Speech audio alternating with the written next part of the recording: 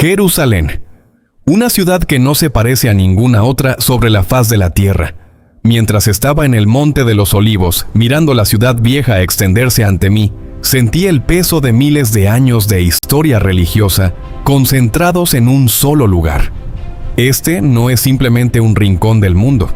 Este es el centro del universo espiritual de la humanidad. 3 grandes religiones nacieron aquí, o aquí encontraron su corazón: el judaísmo, el islamismo y el cristianismo. Y las 3 hoy tienen sus ojos fijos sobre un solo punto: el monte del templo. Allí se alza la cúpula de la roca, con su dorada cúpula brillando bajo el sol de Oriente Medio, un monumento islámico construido sobre el lugar más sagrado del judaísmo, y reclamado de una manera u otra por los 3 grandes caminos de fe del mundo occidental. En cierto sentido, todos los ojos están sobre el templo. ¿Pero por qué? ¿Qué hace que este lugar despierte pasiones tan profundas, tensiones tan antiguas, esperanzas tan enormes? Para responder esa pregunta tendremos que viajar a través del tiempo, explorar las profecías más enigmáticas de la Biblia y levantar nuestra mirada hacia algo que va mucho más allá de cualquier piedra, sin cualquier cúpula o cualquier ciudad sobre esta tierra. La historia que estás a punto de escuchar cambiará la manera en que ves el cielo. Para entender por qué el mundo entero tiene los ojos sobre Jerusalén hoy, primero debemos entender lo que se perdió. Y lo que se perdió fue inmenso. El rey Salomón construyó el primer templo. Era más que un edificio. Era la morada visible de Dios sobre la tierra. El corazón latente de una nación entera. El punto donde el cielo tocaba el suelo. Pero ese corazón fue arrancado cuando los ejércitos de Nabucodonosor arrasaron Jerusalén y redujeron el templo a cenizas. Siglos después, Zorobabel lo reconstruyó. El segundo templo se levantó sobre las ruinas del primero, y Herodes el Grande lo amplió hasta convertirlo en una de las maravillas del mundo antiguo. Pero en el año 70 después de Cristo, las legiones romanas bajo el mando de Tito lo destruyeron por completo. Solo quedó en pie un muro, el muro occidental. Y ese muro sigue siendo hoy el lugar más sagrado del judaísmo. Han pasado 2000 años y el dolor no ha desaparecido. Hoy existe dentro del judaísmo un movimiento vivo, organizado y creciente que clama por la reconstrucción del tercer templo. 1/3 de los israelíes, según una encuesta del diario Haaretz, cree que Israel debería erigirlo. El propio ministro de Construcción de Israel lo ha pedido públicamente. Grupos judíos instruyen a sus jóvenes en los rituales del sacerdocio, fabrican meticulosamente los utensilios del templo según las medidas exactas de la Torá, y mantienen los ojos puestos sobre la puerta del este, por donde la tradición judía dice que entrará el Mesías. Porque para el judaísmo, el templo no es un recuerdo, es una promesa pendiente. Pero hay un problema enorme. Sobre ese mismo monte, durante más de 1300 años, se han alzado los más sagrados monumentos del Islam. Y lo que los judíos consideran su derecho más profundo, los musulmanes lo consideran una afrenta inaceptable. El choque está servido, y el mundo entero lo observa. Hay otra voz en esta historia, una voz de 1.000 millones de personas, y no está dispuesta a guardar silencio. El domo de la roca domina el paisaje de Jerusalén como ningún otro edificio. Su cúpula dorada se ve desde casi cualquier punto de la ciudad. Fue construido en el siglo VII y para el mundo islámico es el tercer sitio más sagrado del planeta, solo superado por la Meca y Medina en Arabia Saudita, y fue construido precisamente sobre el lugar donde alguna vez estuvo el templo judío. Para los musulmanes, este monte no es simplemente un lugar de disputas políticas. Es tierra sagrada de una profundidad incalculable. Creen que fue aquí donde Abraham ofreció a Ismael en sacrificio, no a Isaac, como enseña la tradición judía. Creen que fue aquí donde el profeta Mahoma tuvo una visión extraordinaria y ascendió al cielo en un caballo blanco, en el viaje conocido como el Isra y el Miraj. Este monte no es negociable para el Islam. La mayoría de los musulmanes ven el movimiento judío por la reconstrucción del tercer templo como una amenaza directa, como una afrenta al Islam, como un intento de borrar siglos de presencia islámica en Jerusalén. Y algunos llegan más lejos todavía. Niegan que los antiguos templos judíos hayan tenido alguna vez relación real con este lugar. Los musulmanes exigen el reconocimiento de sus derechos exclusivos sobre el monte. Exigen que la soberanía sea transferida por completo a manos islámicas y observan con profunda desconfianza cada movimiento, cada declaración, cada piedra removida en los alrededores del templo. Los ojos judíos están sobre el templo, los ojos musulmanes también, y entre ellos la tensión crece como la presión bajo la corteza de la tierra, buscando el momento en que todo explote. Pero hay una tercera perspectiva, una que viene del Nuevo Testamento, una que muy pocos conocen y que podría cambiar todo lo que crees saber sobre el templo, la profecía y el fin de los tiempos. Existe una interpretación cristiana sobre el tercer templo que ha captado la imaginación de millones de personas alrededor del mundo, y suena como la trama de una película apocalíptica. Según algunos escritores y teólogos cristianos, el tercer templo será reconstruido cuando el anticristo aparezca en escena. Lo describen como el líder político de una mega confederación internacional de naciones, algo similar a la Unión Europea o las Naciones Unidas, pero con un poder sin precedentes. Este líder, dicen, asegurará un tratado de paz entre Israel y sus vecinos después de una guerra global. Y bajo la sombra de esa paz frágil, el templo será levantado. Pero la paz no durará. El anticristo, según esta visión, usará el templo como escenario para proclamarse a sí mismo como Dios, como el Mesías largamente esperado. Exigirá la adoración de toda la humanidad. Y ese acto desencadenará los eventos finales de la historia de la tierra. La batalla del Armagedón, el tiempo de la gran tribulación, la conversión de 144,000 judíos y el regreso glorioso de Cristo. Para quienes sostienen esta visión, la reconstrucción del templo es una de las señales más claras de que el fin está cerca. Es una narrativa poderosa, cinematográfica, aterradora. Pero antes de aceptarla, vale la pena detenerse. Vale la pena escuchar las propias palabras de Jesús, porque Jesús también habló del templo, y lo que dijo fue profundo, sorprendente y radicalmente diferente a lo que muchos esperarían escuchar. Cuando la mujer samaritana le preguntó dónde se debe adorar a Dios, Jesús no señaló hacia Jerusalén. No señaló hacia ningún monte ni hacia ningún edificio. Señaló hacia arriba, hacia adentro, y declaró una verdad que trasciende cualquier estructura de piedra, que los verdaderos adoradores adorarán al Padre en espíritu y en verdad. Y desde el Monte de los Olivos, mirando el templo judío, Jesús pronunció palabras que helaron la sangre de sus discípulos. Llegará el día en que no quedará piedra sobre piedra. Todo será derribado. Esa profecía se cumplió al pie de la letra en el año 70 después de Cristo, cuando Tito y sus legiones arrasaron Jerusalén. Pero hay algo más. Algo que ocurrió en el momento exacto en que Jesús murió en la cruz. El velo del templo, ese inmenso tejido que separaba el lugar santo del lugar santísimo, se rasgó en dos de arriba a abajo, y la gloria de la presencia de Dios abandonó aquel lugar para nunca más regresar. El templo terrenal había cumplido su propósito. Entonces, ¿hacia dónde debemos mirar ahora? Si el templo terrenal cumplió su propósito y la gloria de Dios lo abandonó para siempre, entonces surge la pregunta más importante de todo este documental. ¿Dónde está Dios ahora? La respuesta no está en Jerusalén. No está en ningún monte de esta tierra. No está en ningún edificio que manos humanas puedan levantar. La respuesta está en el cielo. Y la Biblia, con una claridad asombrosa, nos invita a levantar los ojos hacia allá. El libro de Hebreos, uno de los textos más profundos y menos comprendidos del Nuevo Testamento, lo dice sin rodeos.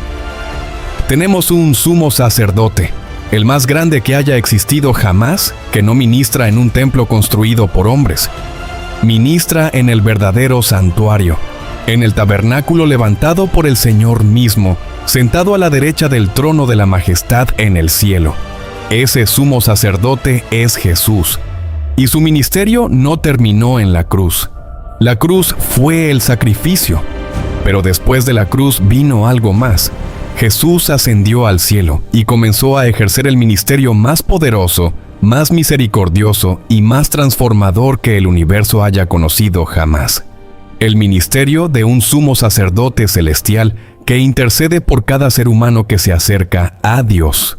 Nuestros ojos no deben estar fijos en un templo terrenal, ni en un sacerdocio terrenal. Deben estar fijos en Jesucristo, nuestro sacrificio eterno y gran sumo sacerdote, obrando hoy, en este momento, en el santuario del cielo.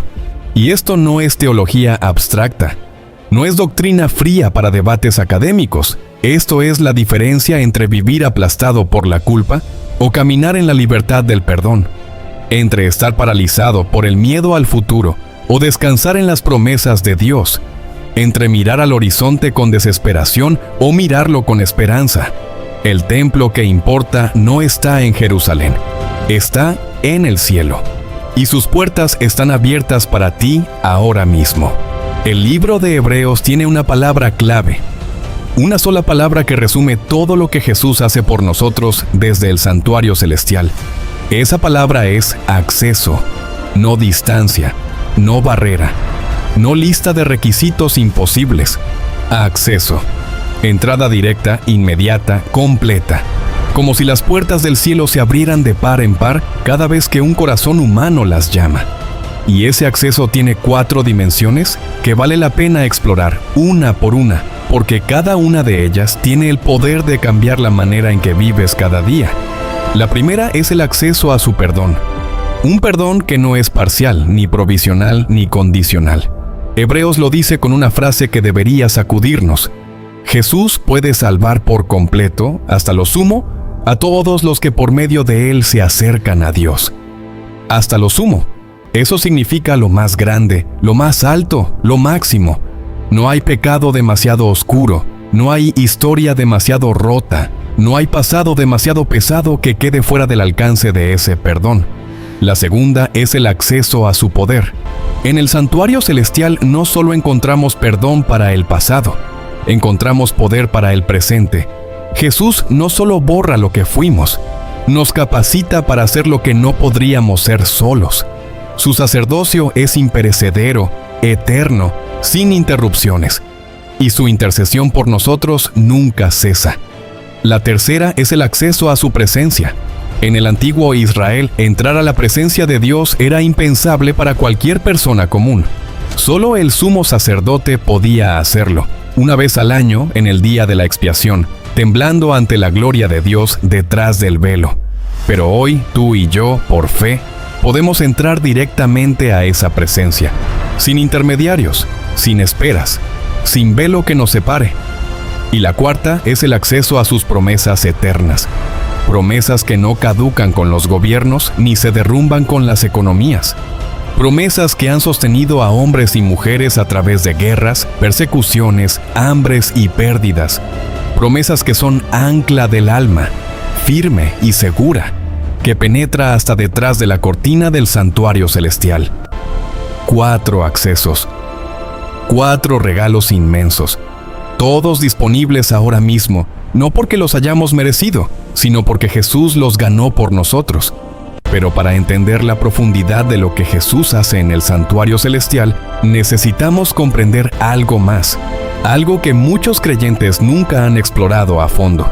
Necesitamos entender que Jesús no es solo nuestro Salvador, es también nuestro sumo sacerdote, y eso lo cambia todo. Hay una pregunta que todo ser humano se ha hecho alguna vez en los momentos más oscuros de su vida. ¿Me entiende Dios realmente? ¿Sabe lo que se siente estar aquí abajo, en medio de este dolor, de esta tentación, de esta soledad? ¿O habla desde una distancia infinita, desde un trono tan elevado que la realidad humana le resulta ajena? La respuesta de la Biblia es una de las más hermosas y más radicales que jamás se hayan pronunciado. No tenemos un sumo sacerdote incapaz de compadecerse de nuestras debilidades, sino uno que ha sido tentado en todo de la misma manera que nosotros, aunque sin pecado. En todo, no en algunas cosas, no en las tentaciones más fáciles, en todo. Jesús, el Hijo de Dios, se convirtió en el Hijo del Hombre. Tomó nuestra carne, nuestra fragilidad, nuestro cansancio, nuestra hambre, nuestro miedo. Conoció la traición de un amigo cercano. Conoció el abandono en el momento más vulnerable. Conoció el peso aplastante de cargar con una culpa que no era suya. Conoció el dolor físico más brutal que el mundo antiguo podía infligir. Y por eso puede decir, con una autoridad que ningún otro ser en el universo posee: he estado allí. John Foster, un escritor del siglo pasado, contaba la historia de su hija.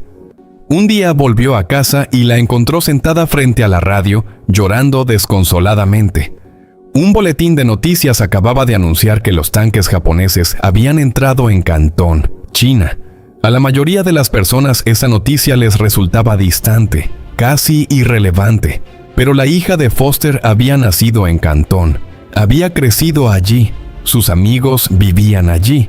Para ella, Cantón no era un lugar lejano en el mapa, era el lugar donde había dejado pedazos de su corazón. La diferencia era que ella había estado allí, y eso lo cambia todo. No hay parte de la experiencia humana de la que Jesús no pueda decir: he estado allí. Cuando tu corazón se rompe, Él ha estado allí. Cuando la culpa te aplasta, Él ha cargado con ella. Cuando la oscuridad te rodea y no encuentras salida, Él ha caminado por esa oscuridad. Cuando la tentación golpea con toda su fuerza, Él la ha enfrentado sin rendirse. Y por eso podemos acercarnos confiadamente al trono de la gracia. No con vergüenza, no con miedo, con confianza, para recibir misericordia y hallar la gracia que nos ayude en el momento que más la necesitamos. Ese momento es ahora. Hay una diferencia enorme entre ser perdonado y ser transformado. El perdón borra el pasado, pero el poder cambia el presente. Y desde el santuario celestial, Jesús nos ofrece las dos cosas, no una sin la otra. Las dos completas, simultáneas, eternas. Hebreos lo dice con una precisión que debería detenernos en seco. Como Jesús permanece para siempre, su sacerdocio es imperecedero. Por eso también puede salvar por completo a los que por medio de Él se acercan a Dios, ya que vive siempre para interceder por ellos. Vive siempre para interceder por ellos. Detente un momento en esa frase. No vivió para interceder. No intercedió una vez y luego se retiró. Vive siempre. En este momento, mientras escuchas estas palabras, Jesús está en el santuario celestial presentando tu caso ante el Padre. Tu nombre está en sus labios. Tu historia está en sus manos. Tu futuro está en su corazón. Eso es lo que significa tener un sumo sacerdote eterno. Pero la intercesión de Jesús no es simplemente una defensa legal ante el tribunal del cielo. Es una intervención activa en tu vida diaria. Es el poder que te levanta cuando caes. Es la fuerza que te sostiene cuando tus propias fuerzas se agotan. Es la voz que te recuerda quién eres cuando el mundo o tu propia mente intenta convencerte de que eres menos de lo que Dios dice que eres. Quizá te preguntes, ¿cómo puede ser esto posible? Me conozco mejor que nadie.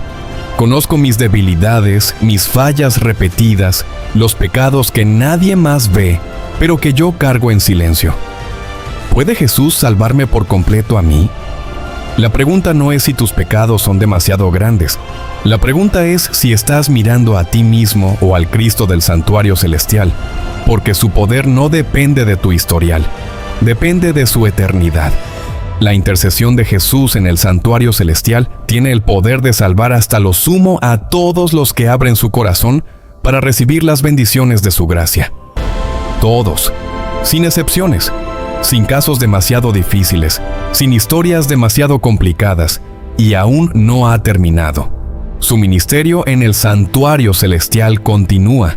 Sus puertas siguen abiertas, su intercesión sigue activa, y cada alma que se acerca a Él hoy encontrará lo mismo que encontraron todos los que se acercaron antes: un Salvador que no se cansa, un sacerdote que no se rinde, un intercesor que nunca duerme. Ese es el poder que te ofrece el santuario celestial. No solo perdón para lo que fuiste, sino poder para lo que puedes llegar a ser. Imagina por un momento que eres un israelita en la antigüedad. Vives en un mundo donde la presencia de Dios es real, tangible, visible. Una columna de fuego por la noche, una nube de gloria por el día, y en el centro del campamento, el tabernáculo, la morada visible de Dios sobre la tierra. Pero hay un lugar dentro de ese tabernáculo al que nunca podrás entrar. Nunca. No importa cuán fiel seas, cuán devoto, cuán sincero.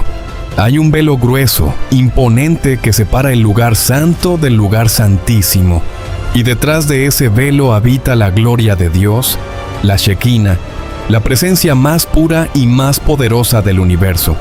Solo una persona puede cruzar ese velo, el sumo sacerdote, una vez al año, en el día de la expiación. Y lo hace temblando, con sangre en sus manos, con incienso llenando el aire, consciente de que si algo no está en orden, si hay algún pecado no confesado, podría morir en la presencia de Dios. Esa era la distancia entre Dios y el ser humano. Pero entonces llegó Jesús, y cuando murió en la cruz, algo extraordinario ocurrió en el templo de Jerusalén. El velo, ese inmenso tejido de 4 pulgadas de grosor, que ningún hombre podía romper, se rasgó en 2, de arriba a abajo. No de abajo arriba, como si manos humanas lo hubieran desgarrado, sino de arriba a abajo. Fue Dios mismo quien lo rasgó. Fue Dios diciéndole a la humanidad: el camino está abierto. Ya no hay distancia, ya no hay barrera, ya no hay velo. Y ahora, maravilla de todas las maravillas, tú y yo podemos entrar por fe directamente a la presencia de Dios en el santuario celestial, no una vez al año, cada día, cada hora, en cada momento de necesidad, de duda, de dolor, de gratitud. Hebreos lo describe con una imagen que debería llenarnos de paz. Tenemos como firme y segura ancla del alma una esperanza que penetra hasta detrás de la cortina del santuario, donde Jesús, el precursor, entró por nosotros. Un ancla. En medio de la tormenta más feroz, un ancla no te lleva a aguas tranquilas. Hace algo más importante: te impide ser arrastrado. Te mantiene firme donde estás, aunque las olas golpeen, aunque el viento ruja, aunque todo a tu alrededor parezca moverse sin control. Y eso es exactamente lo que hace la presencia de Dios en el santuario celestial por el alma que se aferra a ella. Los conflictos se enardecen en la tierra. Los terroristas atacan en los lugares más inesperados. Las economías mundiales penden de un hilo. La incertidumbre política se cierne en el horizonte. Los patrones climáticos del mundo cambian de manera dramática. La brecha entre ricos y pobres se amplía cada día más. El mundo tiembla, pero el santuario celestial no tiembla. Dios está en su trono. Y por fe, ese trono es accesible para ti ahora mismo.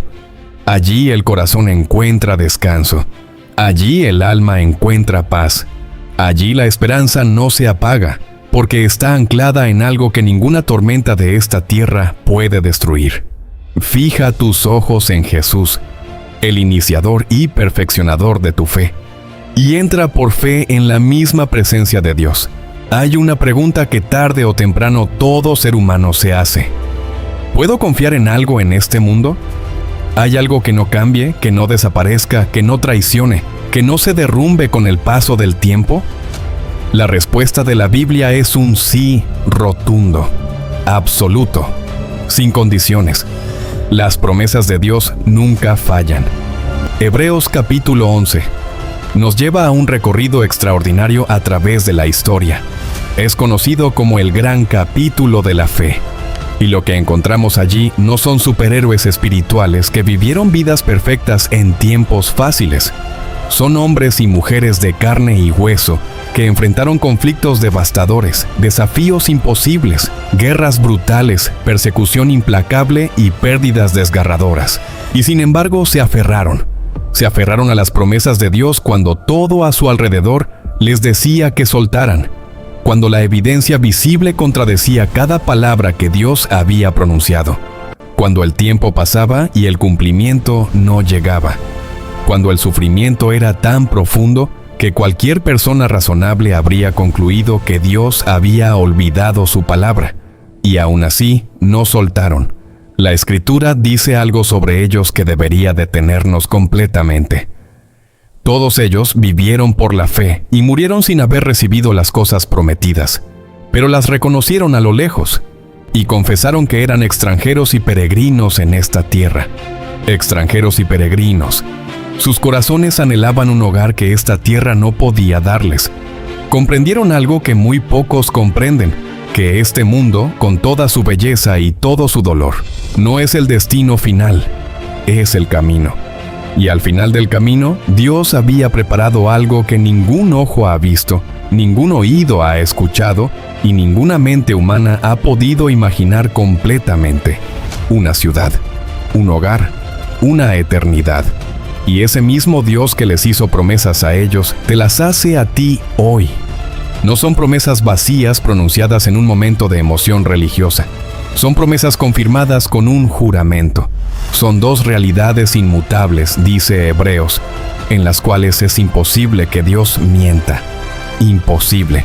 No improbable. No difícil. Imposible. Porque Dios no puede contradecirse a sí mismo. Su carácter es el fundamento de sus promesas, y su carácter no cambia. Piensa en el mundo que te rodea hoy. Los conflictos que no cesan. La pobreza que se apodera de millones. La incertidumbre que se instala en el corazón de las naciones. El calentamiento global amenazando el futuro del planeta. Las guerras tribales haciendo estragos en continentes enteros. Los poderes nucleares entrando en calor peligroso. En medio de todo eso, el mensaje del santuario celestial es este: Dios está en su trono. La justicia reinará. Sus promesas se cumplirán. No una sola quedará sin respuesta. Como dice aquella vieja canción que ha consolado corazones a través de los siglos, ¿hay un corazón agobiado por el dolor? ¿Hay una vida abrumada por la preocupación? Ven a la cruz trayendo cada carga. Toda tu ansiedad, déjala allí. Las promesas de Dios son el ancla cuando el mundo tiembla. Son la luz cuando la oscuridad avanza. Son la voz que susurra en medio del caos. No te suelto. No te olvido. Estoy aquí. Y siempre lo estaré. No mucho después de que el pueblo de Dios saliera de Egipto, llegaron al monte Sinaí. Y allí, en medio del desierto, Dios le dijo algo a Moisés que cambiaría la historia para siempre. Después me harán un santuario para que yo habite entre ustedes. No era una sugerencia. No era una idea humana. Era una invitación divina. Dios quería vivir en medio de su pueblo. Quería estar cerca. Quería ser accesible. Y diseñó él mismo, con una precisión extraordinaria, el lugar donde eso ocurriría. Pero aquí está el secreto que muy pocos comprenden. El santuario terrenal no era el original. Era una copia. Era una maqueta, una miniatura, una sombra del gran original que existe en el cielo. Cada medida, cada material, cada ritual, cada objeto dentro de esas cortinas sagradas fue diseñado específicamente para enseñarle al pueblo de Dios verdades eternas sobre el plan de salvación. Dios mismo se lo dejó claro a Moisés. Construye el tabernáculo exactamente según el modelo que te muestro en el monte. No improvises, no modifiques, no simplifiques. Cada detalle importa, porque cada detalle apunta hacia algo más grande. Y así fue construido. Era un lugar imponente, un centro de adoración vivo, activo, pulsante. Todo el día la gente iba y venía. Ofrecían sacrificios por el pecado, oraban, cumplían votos, daban gracias, conducían ritos de purificación, dedicaban bebés, celebraban bar mitzvahs, traían sus primicias, los sacerdotes los asistían, conducían las ceremonias de la mañana y de la noche, quemaban incienso, arreglaban las lámparas, cantaban, enseñaban y ayudaban a la gente en sus diferentes sacrificios. Era experiencia, era práctica, era vida. La gente podía ver, oír y sentir las verdades de Dios. No eran conceptos abstractos reservados para los eruditos. Eran realidades que se tocaban con las manos, que se olían con el incienso, que se veían en la sangre derramada sobre el altar. Pero detrás de toda esa actividad Detrás de cada ritual y cada ceremonia había un propósito único y poderoso: apuntar hacia Jesús. Cada cordero sacrificado era una sombra de su muerte en la cruz. Cada gota de sangre derramada sobre el altar señalaba hacia la sangre que Él derramaría en el Calvario. Cada vez que el sacerdote entraba al lugar santo con incienso, anticipaba la intercesión que Jesús ejercería en el santuario celestial. Cada elemento, cada color, cada objeto dentro del tabernáculo era un capítulo de la historia de la salvación, escrito en símbolos que Dios mismo eligió. Y Pablo lo resume con una claridad demoledora. Todo esto, los rituales del santuario, es una sombra de las cosas que están por venir. La realidad se halla en Cristo. Los rituales son cosa del pasado porque su propósito se cumplió. Ya no hay necesidad de rociar sangre sobre el altar, ni de quemar incienso en el candelabro. Pero la función didáctica del santuario no ha terminado. En las velas, en el arca, en los altares, en cada rincón de ese diseño divino, hay lecciones profundas que debemos estudiar y comprender. Porque ese diseño no fue arbitrario. Fue la manera en que Dios nos enseñó, con imágenes que los ojos podían ver, la historia más grande que el universo ha conocido. La historia de un Dios que amó tanto a su creación, que envió a su propio Hijo a morir por ella, y que hoy intercede por cada uno de nosotros desde el santuario del cielo. Las promesas de Dios son el ancla cuando el mundo tiembla. Son la luz cuando la oscuridad avanza. Son la voz que susurra en medio del caos. No te suelto, no te olvido. Estoy aquí y siempre lo estaré. Pero hay algo que debemos preguntarnos ahora mismo. Algo que va más allá de conocer las promesas. Algo que va más allá de admirar el santuario celestial desde lejos. ¿Sabes realmente cómo funciona ese santuario? ¿Sabes lo que Dios diseñó con una precisión extraordinaria para enseñarle a su pueblo el plan de salvación más completo que el universo haya conocido jamás? Porque en el desierto del Sinaí, Dios le mostró a Moisés algo que cambiaría la historia para siempre. Una maqueta del cielo, una miniatura del trono de Dios, un sistema de símbolos tan profundo, tan perfecto, tan cargado de significado que 2000 años después todavía tiene el poder de transformar tu vida. Y en la segunda parte de este documental vamos a entrar juntos. Vamos a cruzar las cortinas del tabernáculo. Vamos a entender cada ritual, cada símbolo, cada gota de sangre derramada sobre ese altar y lo que todo eso significa para ti hoy.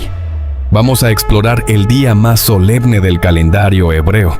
Vamos a pararnos ante el tribunal celestial de Daniel capítulo 7 y vamos a contemplar juntos el horizonte más glorioso que el ojo humano haya podido imaginar. La historia no ha terminado. De hecho, lo mejor está por venir. Nos vemos en la segunda parte. No te la pierdas. Si este documental está respondiendo preguntas que llevas tiempo haciendo, dale like ahora y sigue esta cuenta para que no te pierdas la segunda parte. Y compártelo hoy mismo porque hay alguien en tu lista de contactos que necesita escuchar esto tanto como tú. La segunda parte llega pronto.